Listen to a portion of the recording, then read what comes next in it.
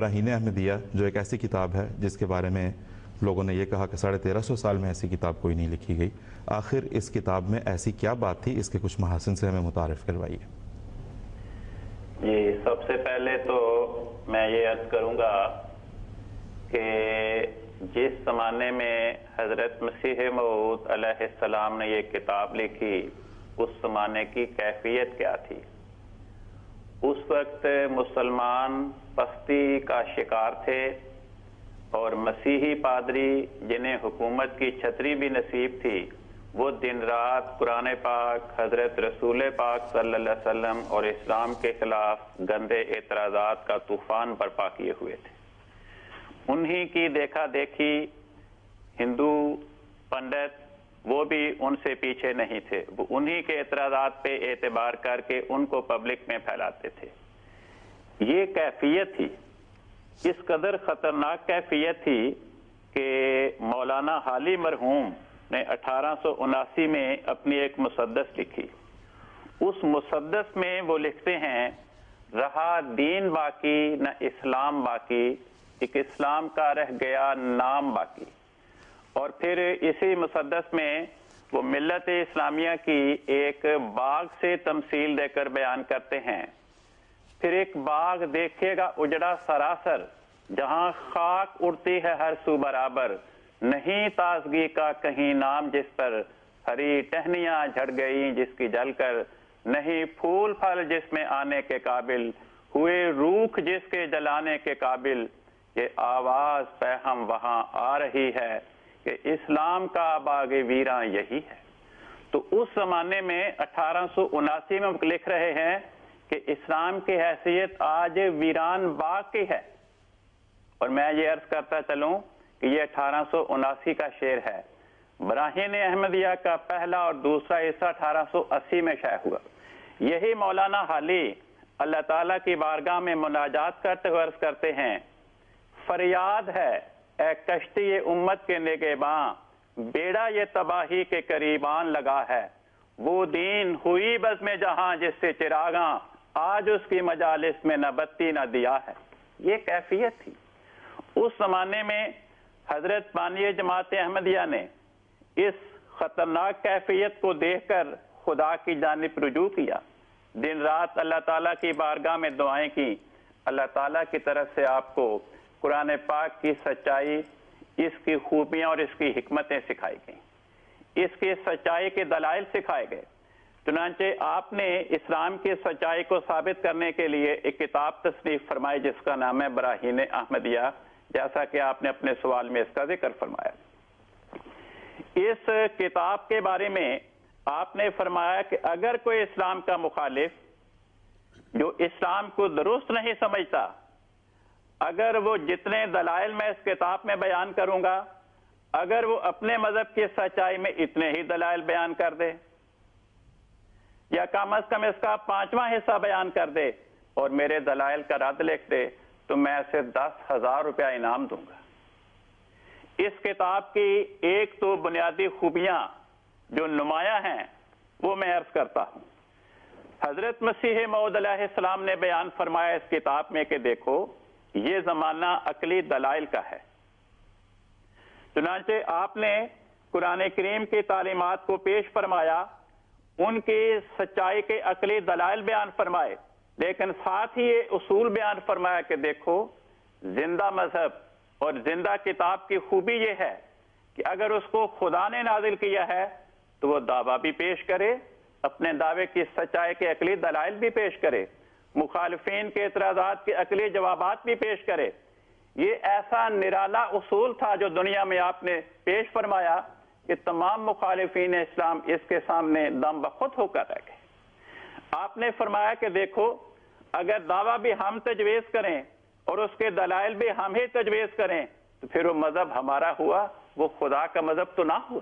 چنانچہ آپ نے اس اصول کو اس کتاب میں ملحوظ رکھا، ہر دعوے کو قرآن کریم کی آیات سے پیش فرمایا، ہر دعوے سچائی کے دلائل کو قرآن کریم کی آیات سے پیش فرمایا کہ دیکھو قرآن کریم نے اپنی سچائی کے عقلی دلائل بیان فرمائے، اور آپ نے چیلنج کے طور پر فرمایا اگر کوئی مخالف قرآن شریف کی تعلیم میں ایک ذرے کا ہزارم حصہ نقص کا ثابت کرے یا بمقابلہ اس کے اپنے کسی کتاب کی ایک ذرہ بھر خوبی ثابت کرے جو قرآن تعلیم کے برخلاف ہو اور اس سے بہتر ہو تو ہم سزائے موت قبول کرنے کے لیے تیار ہیں.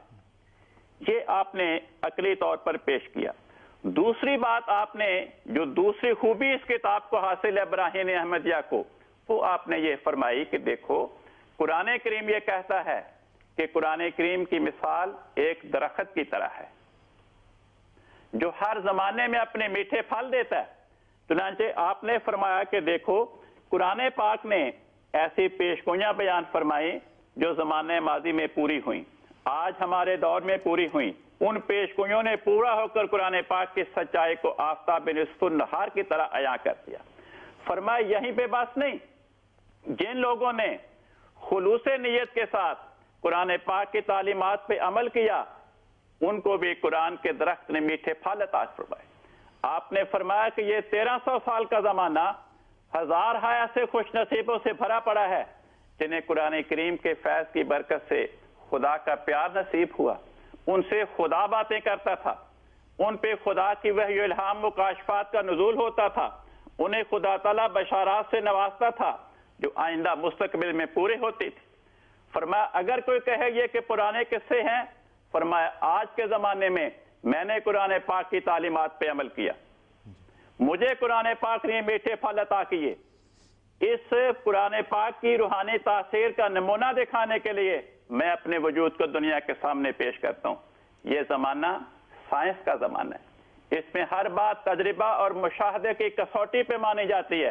فرمایا آؤ قرآن پاک کی روحانی تاثیر کا نمونہ دیکھنا ہے، میرے وجود میں آ کر دیکھو.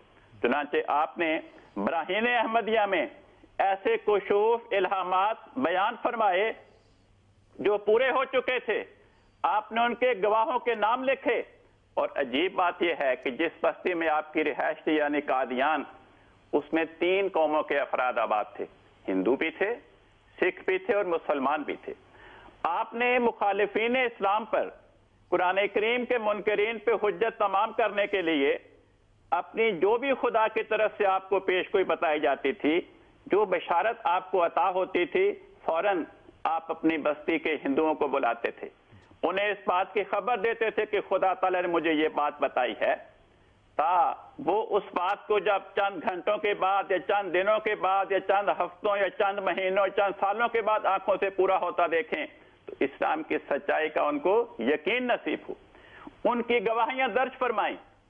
پھر فرمایا کہ مجھے اور بھی خدا نے بشارات دی ہیں جو آئندہ پوری ہوں گی.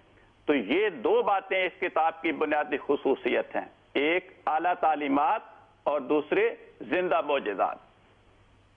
جی بہت بہت شکریہ بشیر کونسل. لیکن ہمیں یہاں پہ یہ بھی بتاتے چلیں کہ جب یہ کتاب، آج کل تو تعصبات کی دھند میں سب کچھ لپٹ گیا اور لوگوں نے رائے اپنی اسی متعصب قسم کی رائے قائم کر لی، لیکن جب یہ کتاب منظر عام پہ آئی ہے تو اس وقت لوگوں کے تاثرات، خاص طور پہ جو مسلمان علماء تھے، ان کے تاثرات کیا تھے اس کے بارے میں؟ جیسا کہ میں نے عرض کیا کہ اس وقت کیفیت کیا تھی وہ تو مولانا حالی کے الفاظ میں نے آپ کے سامنے پیش کی. اب اس کتاب کے چھپنے پر، اس کتاب کو پڑھنے پر علماء کی درد مند مسلمانوں کی کیا رائے تھی؟ اس وقت بٹالہ ضلع گرداسپور میں ایک اہل حدیث عالم تھے، مولوی محمد حسین صاحب بٹالوی. انہوں نے اس کتاب کو پڑھا. ان کا رسالہ نکلتا تھا اشاعت السنہ بٹالہ سے. انہوں نے اس کا جو نمبر تھا جلد ہفتم کا نمبر 678. جی بھائی صاحب اس کی ہمارے پاس سلائیڈ بھی ہے، ہم کوشش کریں گے کہ اس ریویو کی سلائیڈ بھی دکھا سکیں ساتھ. جی یہ 3 مہینوں کا نمبر تھا اکٹھا، جون جولائی اگست 1884 کا. جی جون جولائی اگست 1884 کا. اس میں انہوں نے کئی قسطوں میں براہین احمد اپنا تبصرہ لکھا. صفحہ 169 پہ 168 سے کئی صفحات سے وہ براہین احمدیہ کے مضامین کی فہرست بیان کریں کہ اس میں فلاں فلاں مضمون ہے، فلاں فلاں مضمون ہے. جی صفحہ 169 پہ اس کتاب کے مضامین کا خلاصہ بیان کر کے لکھتے ہیں، اب ہم اپنی رائے نہایت مختصر اور بے مبالغہ الفاظ میں ظاہر کرتے ہیں کہ دیکھیں اسکرین پر جو نیچے پیرا نظر میں وہاں سے پڑھ رہا ہوں جی ہماری رائے میں یہ کتاب اس زمانے میں اور موجودہ حالت کی نظر سے ایسی کتاب ہے جس کی نظیر آج تک اسلام میں شائع نہیں ہوئی. یہ کس سن کی تحریر ہے؟ 1884 کی. کہتے ہیں 1884 تک، اور یہ ہجری اعتبار سے 1301 ہجری تھا، یعنی 1301 ہجری تک اس کتاب کی نظیر تاریخ اسلام میں شائع نہیں ہوئی. کہتے ہیں آئندہ کی خبر نہیں. اللہ یحدث بعد ذالک امرا، اور اس کا مؤلف بھی یعنی مرزا صاحب اور اس کا مؤلف بھی اسلام کی مالی و جانی و قلمی و لسانی و حالی و کالی نصرت میں ایسا ثابت قدم نکلا ہے جس کی نظیر پہلے مسلمانوں میں بہت ہی کم پائی گئی ہے. یعنی ایسے اسلام کے فدائی پہلے بھی موجود تھے مگر بہت کم تعداد میں تھے، اور ایسی کتاب کہتے ہیں 1300 سال میں ایسی کتاب کی نظیر ہی نہیں پائی جاتی. آگے لکھتے ہیں اگلے پیرے میں، ہمارے ان الفاظ کو کوئی ایشیائی مبالغہ سمجھے تو ہم کو کم سے کم ایک ایسی کتاب بتا دے جس میں جملہ فرقہ ہے مخالفین اسلام، خصوصاً فرقہ آریہ و برہمو سماج سے اس زور شور سے مقابلہ پایا جاتا ہو، اور 2-4 ایسے اشخاص انصار اسلام کی نشاندہی کرے جنہوں نے اسلام کی نصرت مالی و جانی و کلمی و لسانی کے علاوہ حالی نصرت کا بھی بیڑا اٹھا لیا ہو، اور مخالفین اسلام و منکرین الہام کے مقابلے میں مردانہ تحدی کے ساتھ یہ دعویٰ کیا ہو کہ جس کو وجود الہام میں شک ہو وہ ہمارے پاس آ کر اس کا تجربہ و مشاہدہ کر لے، اور اس تجربے و مشاہدے کا اقوام غیر کو مزہ بھی چکھا دیا. عجیب بات ہے، جس طرح قریش مکہ جب تک رسول پاک صلی اللہ علیہ وسلم نے دعویٰ نہیں فرمایا تھا وہ آپ کو صادق اور امین کہتے تھے، مگر جو ہی آپ نے دعویٰ فرمایا تو آپ کے خلاف بزبانی کرنے لگ گئے. یہی رویہ ان مولوی صاحب نے اختیار کیا. وہ کہتے ہیں کہ 1300 سال میں ایسی کتاب نہیں، اور ایسے بہت کم اسلام کے فدائی گزرے، لیکن جب حضور نے دعویٰ فرمایا کہ مجھے خدا نے فرمایا ہے کہ مسیح ابن مریم رسول اللہ فوت ہو چکا اور اس کے رنگ میں ہو کر وعدہ کے موافق تو آیا، تو سب سے پہلے آپ پہ کفر کا فتویٰ انہی نے لگایا جی، اور ساری عمر آپ کی مخالفت میں یہی رسالہ مضمون نویسی کرتا رہا. ایک میرے ہاتھ میں کتاب ہے تحریک قادیان، تحریک قادیان، اس کے مصنف ہیں سید حبیب صاحب. یہ اخبار سیاست کے ایڈیٹر تھے جو لاہور سے نکلا کرتا تھا، اور یہ میرے ہاتھ میں اس کا پہلا ایڈیشن ہے جو 1933 میں شائع ہوا. یہ کتاب ہمارے خلاف اعتراضات سے بھری پڑی ہے. اس کتاب کی خصوصیت یہ ہے کہ یہ کتاب جماعت کے خلاف لکھی گئی، اس کے باوجود اس کے صفحہ 209 پہ لکھتے ہیں اس وقت کے آریہ اور مسیحی مبلغ اسلام پر بے پناہ حملے کر رہے تھے. اکے دکے جو عالم دین بھی کہیں موجود تھے وہ ناموس شریعت حقہ کے تحفظ میں مصروف ہو گئے، مگر کوئی زیادہ کامیاب نہ ہوا. اس وقت مرزا غلام احمد صاحب میدان میں اترے اور انہوں نے مسیحی پادریوں اور آریہ اپدیشکوں کے مقابلے میں اسلام کی طرف سے سینہ سپر ہونے کا تہیہ کر لیا. کہتے ہیں میں مرزا صاحب کے ادعائے نبوت وغیرہ کی کلی کھول چکا ہوں.